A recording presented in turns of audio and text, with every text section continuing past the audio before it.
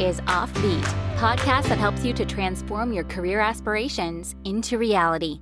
With your host, Adnan Sohail. Hey everybody, thank you very much for coming back on the channel. I hope you are doing well, started your new year 2020 in a good way. In today's episode, what we are going to talk, that's the need of everyone, and that's about the change. Often it is difficult for people to accept the change, adopt the change, or implement change in their life. Whether you like it or you don't like it, change is the only constant thing. In your personal life and across the organization, process and projects, change is something which keep on happening. So best is to learn about the change, what it is, and how to implement change in a best way in your organization. With me today is a friend of mine, which I always appreciate, and I call him a change leader. He's a change expert. Eslam Ghonem. He has worked with a lot of multinational companies across the region, Middle East, and today I'm very much happy to welcome him on the show. Thank you very much, Islam, for joining me. Thank you, Muhammad. Thank you for having me for this morning, and I really appreciate what you're doing on your channel, and wish you all the best in 2020 as well. Take us through Islam. What is change, and who are the change leaders or managers? People are always having a lot of confusion about the change. So if you can tell us. Change is something happening every day on your daily life. You're experiencing the change, and you have to deal with it. So every one of us is a change manager. So the point is of having the change, or the smartness of dealing with the change, is to adapt the change and make it, and then the best way that you can benefit from it. So regarding the change, as you just said, change is the only constant thing in our lives, and this is a thing that we need to admit, and this is a thing that we need to deal with it, whether in your personal life or your professional life or career. How someone can identify that we have reached to a stage where the change is needed? Now we should have some change. Especially I'm talking about the organization. What are those compelling factors or reasons when the change is required? Let us first define the change in a very simple thing. Change is something that you are not used to do on your daily basis. So for example, you're dealing with a system, and you're using this system for 3 or 4 years, and all by a sudden there is a new update or a new system that is going to be implemented in your place. So this will be a change. Right. Because whenever you feel yourself, you're resisting what is happening, that means that this is the first indicator that you have a change. Right. So the resistance is the magical key. So whenever you find yourself that you're resisting what is happening in your life or in this particular situation, that means that there is a change, and you want to remain on what you're doing on daily basis. Change, even in personal life or in organization, it's not a smooth sailing. Absolutely. It comes with a lot of challenges. Absolutely. It comes with a lot of questions, because we have to prepare the organization, our processes, as well as the people, which are important part. What is the standard or ideal approach which should be taken when the change is happening? There are so many approaches, and successful approaches actually, that experts are summarizing them in order to provide us with a complete solution whenever it comes to the change. Right.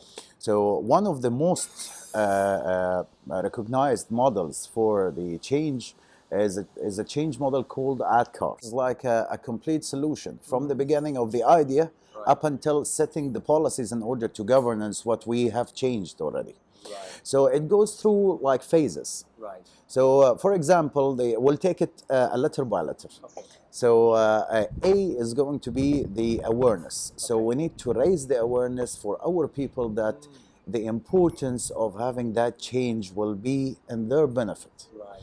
The point is that by nature, we as employees or as human beings, whenever we have a change, we will resist this change. So the resistance, in order to solve this resistance and control this resistance, you need to provide me with the information. You need to provide me with the expected outcomes. Right. So this is the awareness that we need to raise, right, for our employees. Followed by the awareness is to start building up the desire for them. So the point is that instead of asking them to change, you're leading them, and this is a part of the leadership. You're leading them in order for them to come and ask you for the change. So boss, it's time to change. We need to implement so and so in order to make our life more easy, in order to increase our profit, in order to increase our credibility, in order to increase our quality of service, for example. So you're building the desire. Once the desire is built, it's time for you to start providing them with the knowledge. And this is our field as learning and development. So we can provide you with the knowledge in order to make this desire applicable to be implemented in the future. So it comes like through phases. You're asking him to understand, and then you will lead him to come and ask you for the change, which is the desire. Whenever he comes and asks for the change, you will start assigning some people in order to increase their knowledge or their experience about the change that is coming. This is ADK. And then the A is the big action, which is the implementation itself of the change.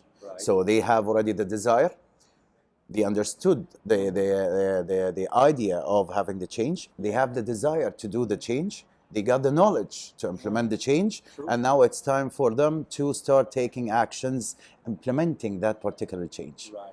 The R is the reinforcement, which is how can you control that change? Setting up new policies, setting up new procedures, which is the SOP, the standard operation procedures for the new change, letting them have their own governance for the change that has happened and implemented as well. Of course, during the action, not everything will be implemented as per the plan. So we are back and forth in this phase in order to get the best solution out of that change plan. You can send us your questions, your challenges or difficulties which you have experienced while you were implementing change in your personal life or in your organization. We will be happy to comment on that, and we can ask our expert to give you further advice. Let's talk about now the critical part inside the organization, and that's the people. I think so managing the process or overall the structure of organization is also one thing, but managing the people and their perception and their expectations about anything, that's the critical thing. So take us through the process and how you manage, or how a change leader should manage the perception of people, and how to make it ensure that throughout the change process, when implementation of change is happening, people are stayed motivated, or they are having good communication. So take us through all this process. When it comes to change, there are two main parts.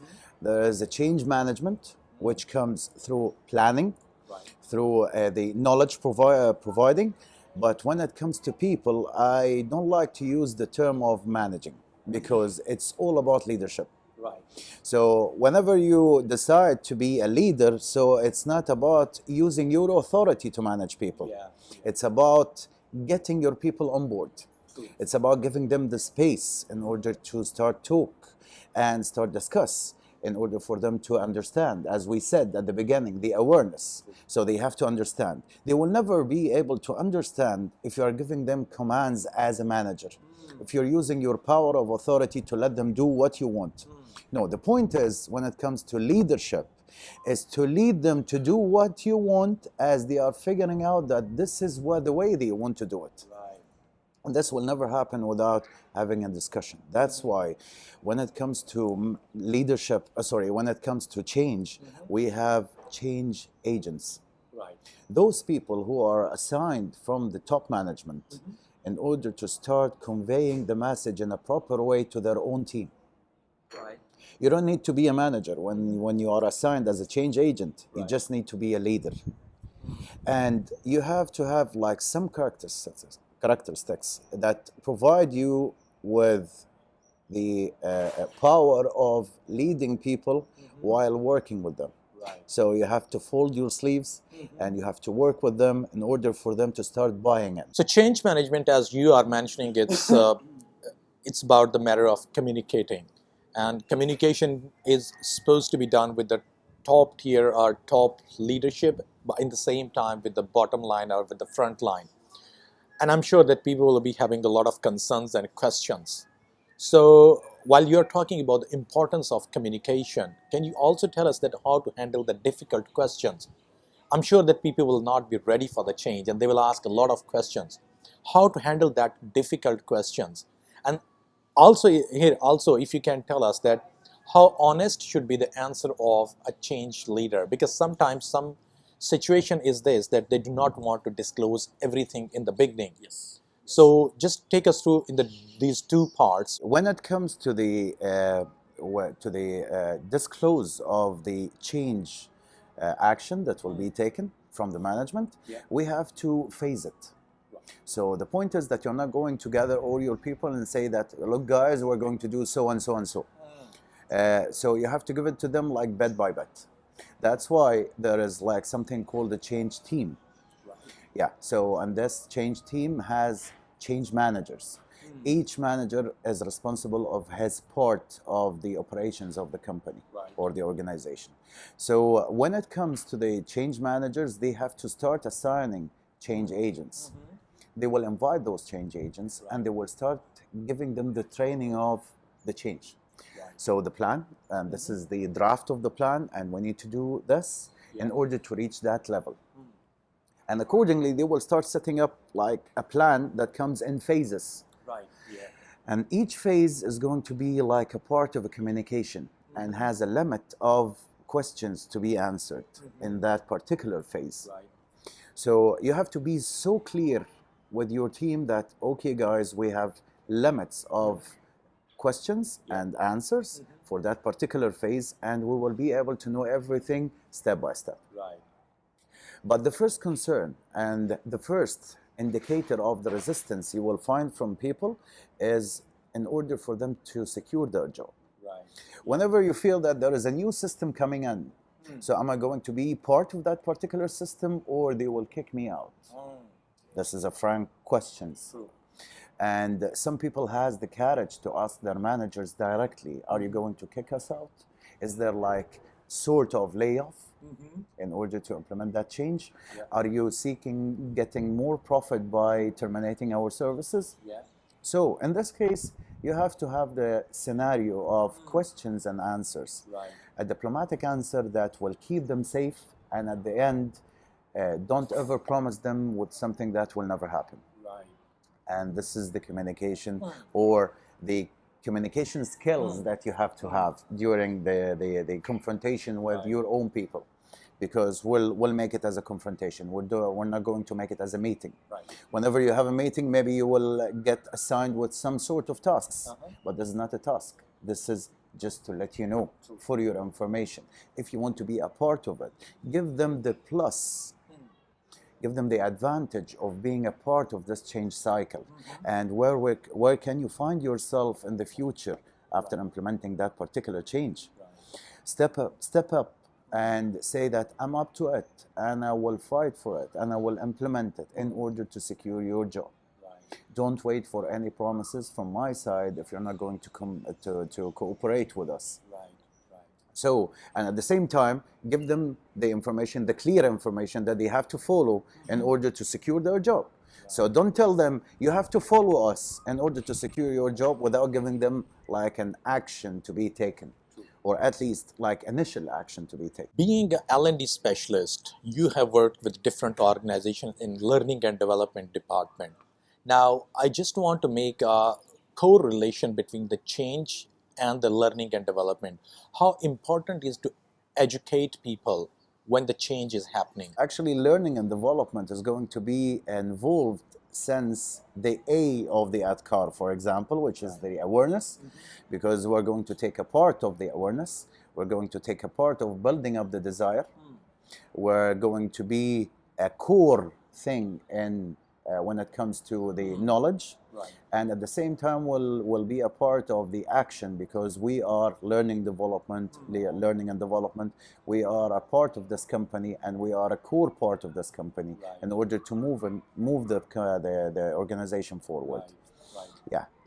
So, and at the same time, we're going to work hand in hand with the departments and the HR department in order to reinforce the change that has been implemented. So if you can find as L&D team is going to be a part of the change from the beginning until the end of the change and governing the change. change leaders or change managers, what they look like, what are the skills which can make someone a better or a best change leader? Because as you are mentioning throughout the process, the importance of a change leader.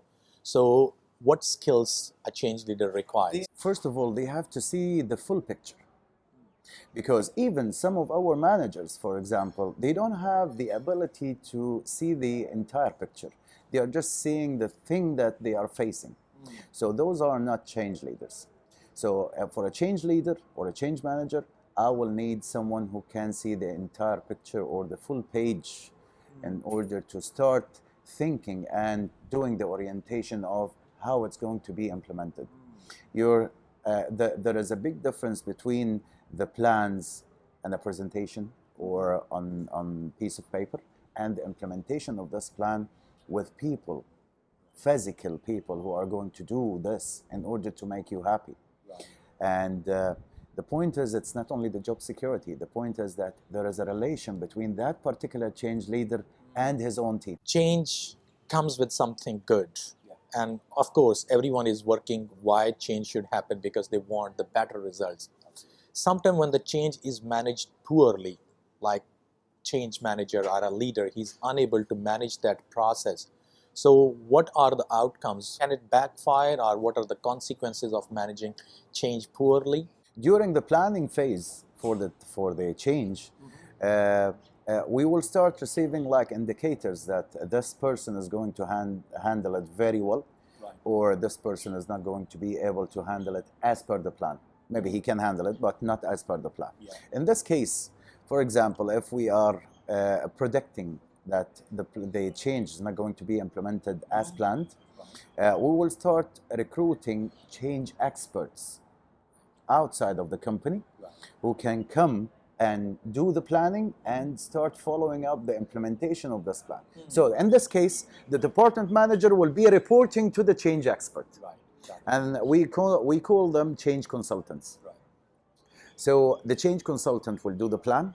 He will give him the plan, mm-hmm, and he will start following up and coaching him in order to implement this plan in a proper way. Mm-hmm. And this change consultant will be reporting to the head of the organization or the top management of the organization. Right. And the top management of our organization will be called like MLT, mm-hmm, Management and Leadership Team, specialized for that particular change. Right. Yeah.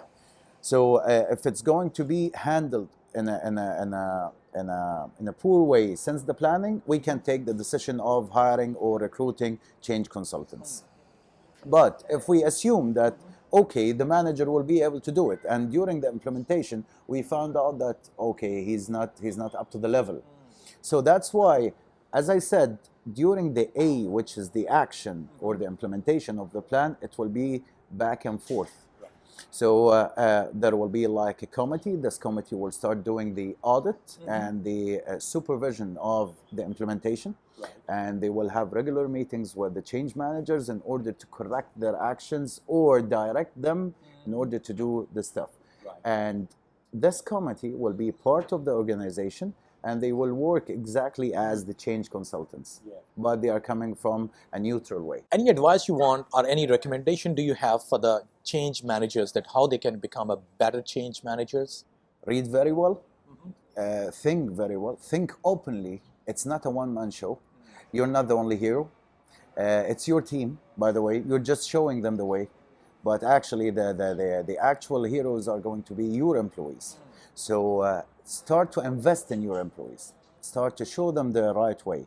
Start to guide them and coach them in order to do what you want. Mm.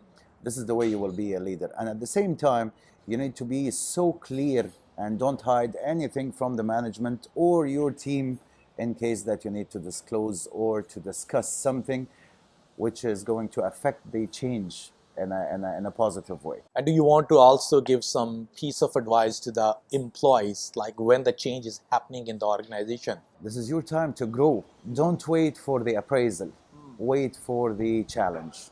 So being a challenger is not doing your daily job. This is not a challenge. So for example, I had a meeting once with my manager, and I was rated by the year-end appraisal that I'm it was out of 4, and I got 2. And I thought that I deserve 3 or 4 because I'm doing my job in a very beautiful way. I didn't have a single problem during the year. So I told him, why didn't you give me 3 or 4? He said, okay, Islam, we hired you to do so and so. And actually, you're doing it very well. But you didn't do anything extra. You didn't challenge yourself doing something extra. That's why I cannot give you the 3. And actually, I took it in a positive way that, okay, whenever you deserve something extra, you have to do something extra as well. So this is your time. Whenever you get the chance to have a change, that means that you are switching companies. So you're having double experience. So you will have a new challenge. So you need to think before you sleep. What shall I do tomorrow? What are the deadlines? How can I implement? How can I improve? What ideas that I can share in tomorrow's meeting? So you will start, as we say, you will start warming up yourself as a leader, not a follower. By the time, and this is natural. By the time you're working the same position with the same company, you will turn into a robot. You will turn into like a routine person. So you're going at 7:30. You're doing this, and that. And by end of the day, you need to send the report, and then you can go home with a big smile. If you're repeating this for 365 days, you don't have an experience of a year. You have an experience of a week, maybe, which is repeated for 45 weeks or 54 weeks, sorry. But if you are facing a challenge by having a change, for example, this is a new experience. This is the thing that you can add to your profile. This is the thing that you can add to your achievements, that I was one of that particular team and we made it happen and I'm still there. And maybe I got promoted because of that. So this is a chance for you to grow and to prove yourself. Every one of us has a strength point that you may have no idea about.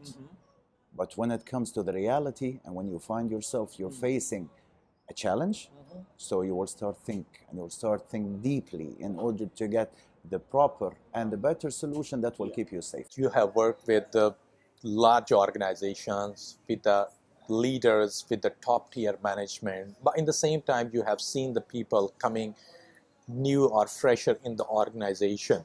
If today the people who are watching this program, you want to give them any piece of advice about the success, like what is the secret of success which you have learned throughout your years of practical experience, maybe people will find it very useful. What is secret of success? It's a one word: listen. Keep listening. Don't hear, just listen. Focus. Learn something out of this conversation. Learn something out of this meeting. Learn something out of this training. You're not wasting your time. You don't have to do the training because it's a mandatory training. Take the training as a challenge. Take the training as a chance to grow. Take a training as a chance to know more. Try to shadow the expert people, not the people from your age or from your experience. Try to shadow those people.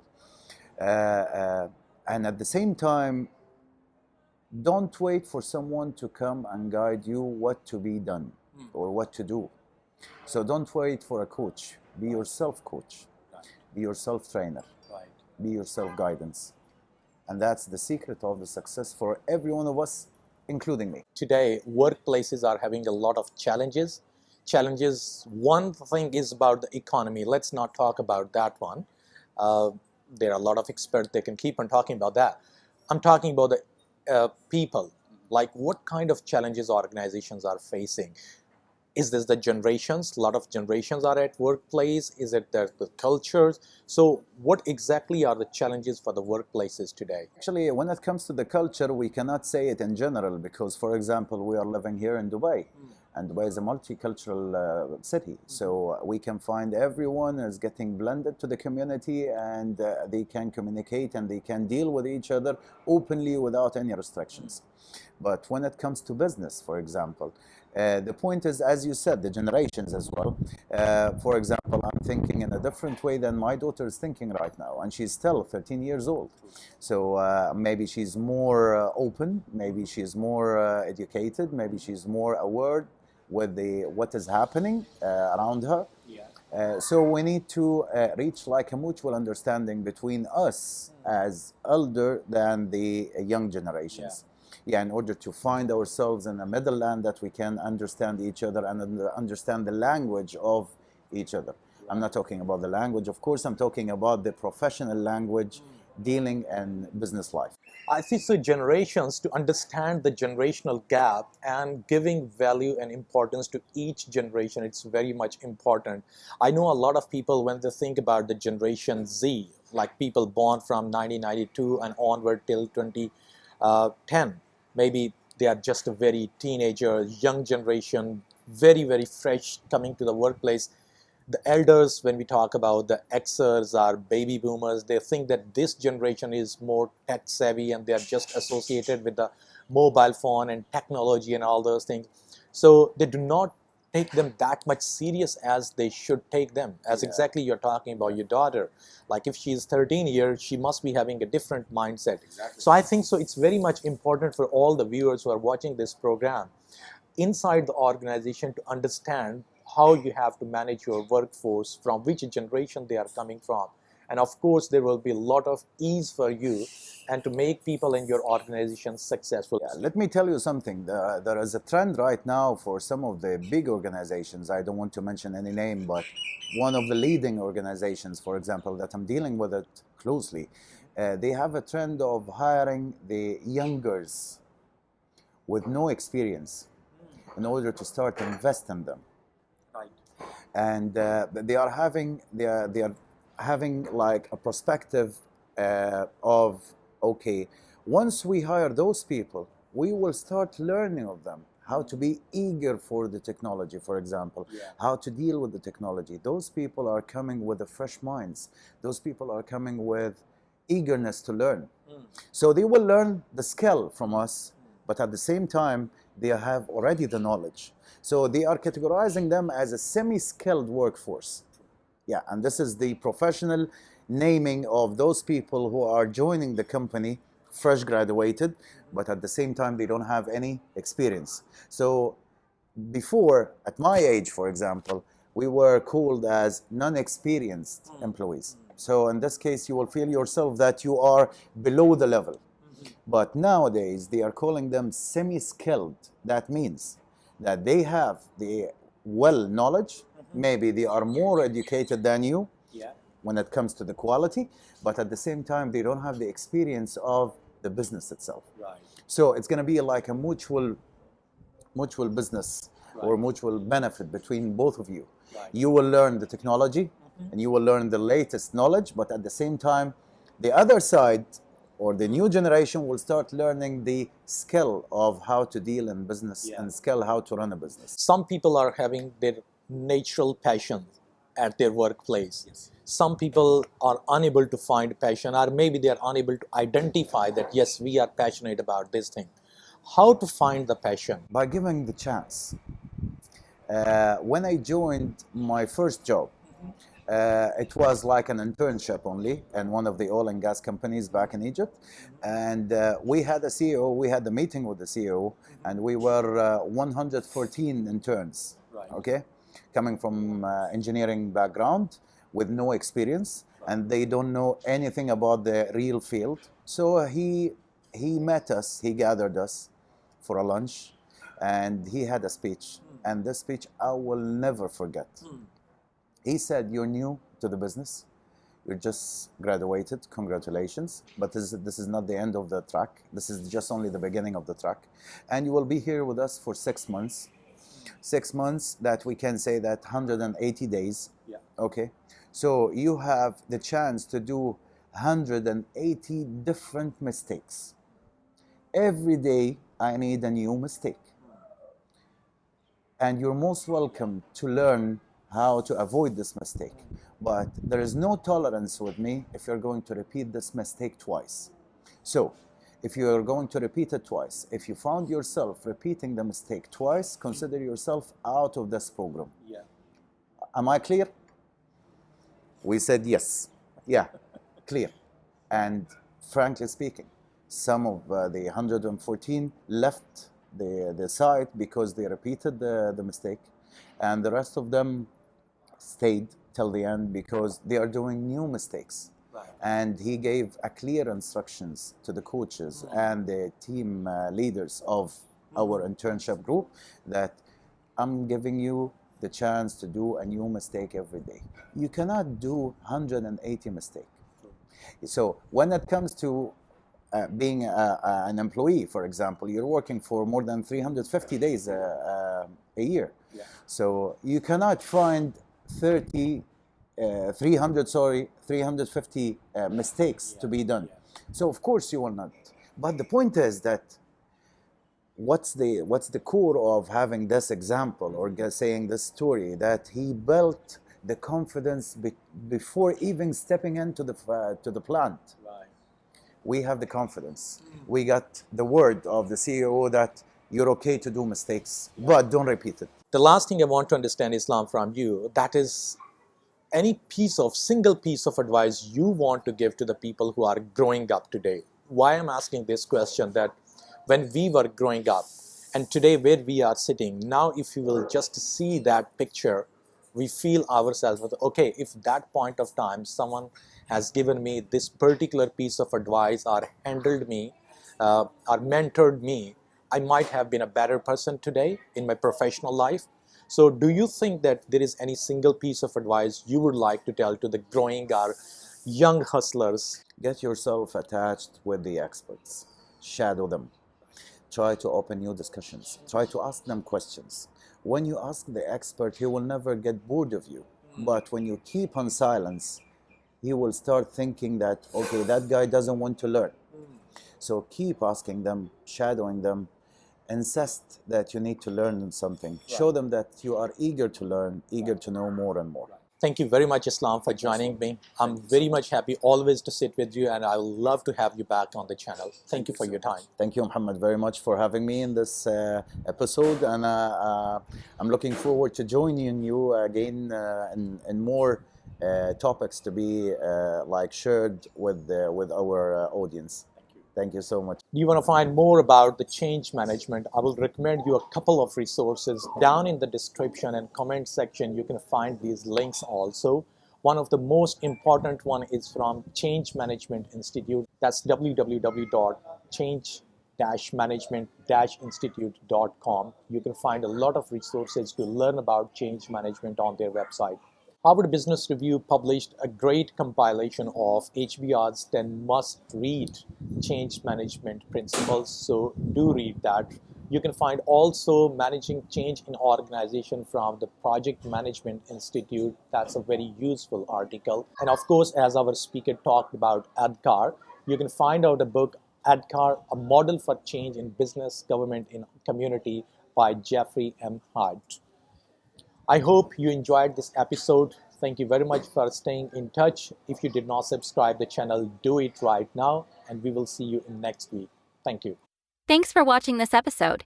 If you like our content, please subscribe to our channel, press the bell icon for regular updates.